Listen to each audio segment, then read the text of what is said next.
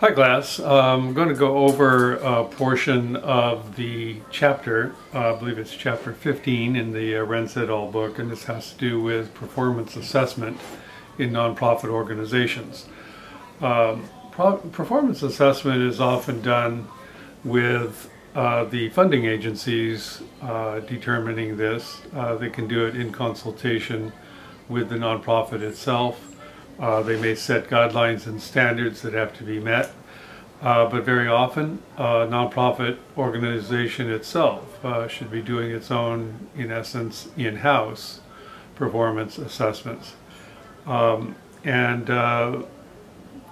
point I really want to emphasize in this, again, you'll have a reading on this, but if you're doing this in-house, and if you're doing it in a consultative way, do it in more than just in consultation with your board and the CEO and or the funding agency. Performance assessments, in my view, should also very much involve your line staff, the people on the front lines that need to carry this stuff out.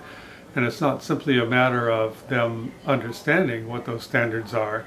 They should have some actual input, which means they also need to know what the program or project parameters are from the very beginning, and that way they can be informed. And that's, again, very important, because they should be fully aware of what those standards are, what the expectations are, particularly within their particular roles. And as I said, I can't emphasize this enough, I believe they should have input into that process. It should be a dialogue, and it should take a while.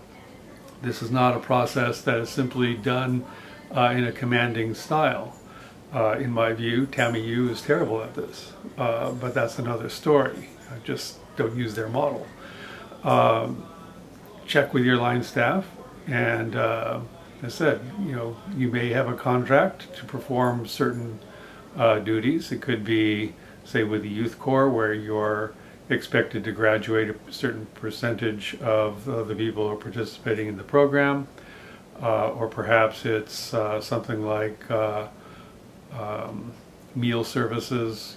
Same thing. That's generally a countable item, and it's pretty easy to keep records and logs. And it's a good idea to do this on a daily basis, or at least a weekly basis, to track what you're doing from day to day or week to week in terms of meeting those expectations. So again, I'll just summarize again. Performance evaluation, it's part and parcel of the nonprofit world. You've got to prove your worth, and it tends to be something that can be fairly rigorous.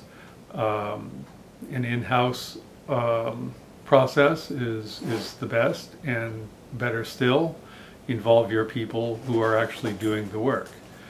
And that means it's going to take a while. So open up a little time for all that to happen, and to cover all contingencies. And that way nobody's taken by surprise.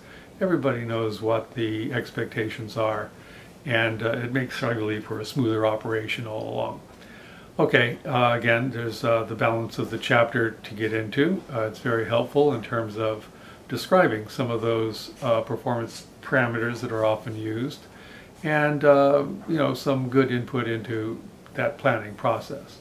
So carry on. We'll be talking later.